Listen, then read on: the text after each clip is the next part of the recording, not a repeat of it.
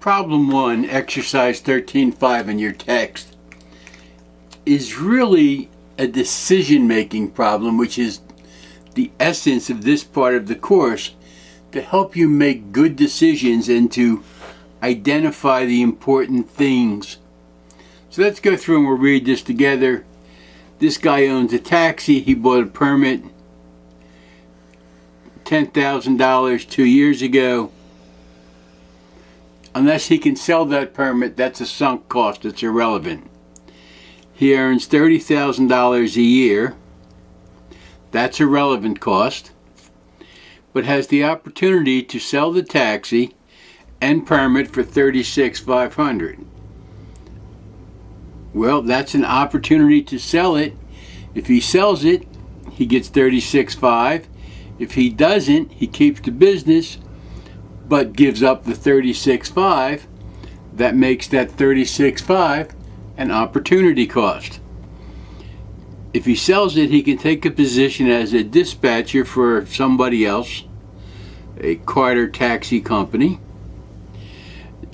The dispatcher position pays $27,500 a year for a 40-hour week. Driving his own taxi, Dowd works 55 hours a week.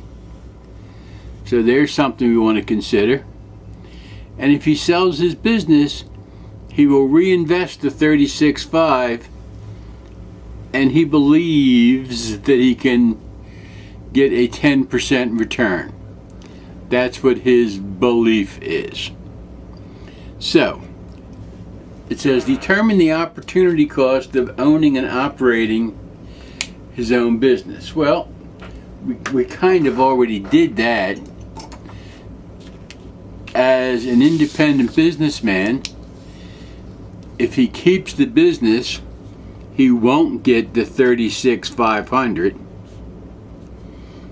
So that would be an opportunity cost.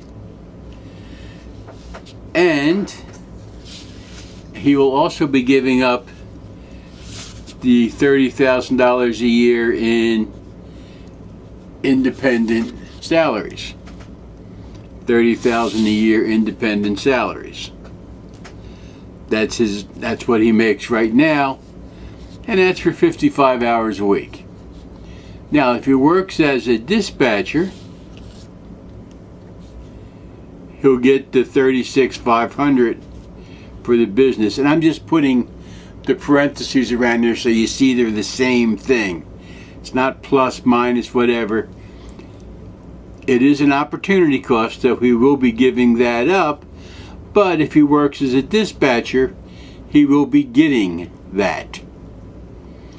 His investment income, he thinks he'll be receiving, will be 10% a year.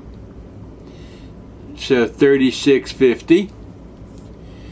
And his salary is $27,500. This is an opportunity cost. This goes away. The business income goes away. This gets invested.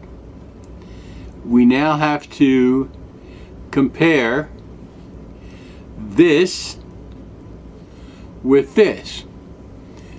He can earn more working as a dispatcher because this works out to be $31,500. So, looking at just the numbers, doing just the accounting, you would want to say, well, Mr. Dowd, you're probably better off working as a dispatcher. And Mr. Dowd may or may not agree with you. From the sheer accounting perspective, that's the right answer. But item C says, what are the qualitative aspects? What are the soft facts? What other things might he want to consider? Well, maybe the guy likes being his own boss. By owning his own cab, he'll never be out of work. However, he has to work until the day he dies, unless he sells his business as he gets older. So there are times that the facts have to be considered, both numbers and non-numbers. Looking at just the numbers, you'd say, yeah, we'll take the job as a dispatcher. Looking at the overall picture, you'd have to say, Mr. Dowd, what do you feel like? Now, there are times when the numbers can be overwhelming. Suppose instead of 31,000, that was 311,000. That would probably make it a very simple decision. But since the numbers are fairly close, he has to include the qualitative factors as well as the quantitative factors.